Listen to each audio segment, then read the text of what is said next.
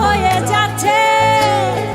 চিন্তার চিতায় বসে তুমি ভাবছো, তোমার চেয়ার ভেঙে যাচ্ছে তুমি দেখছো। গরিব অসহায়দের প্রতি কেন এত অত্যাচার? আপনি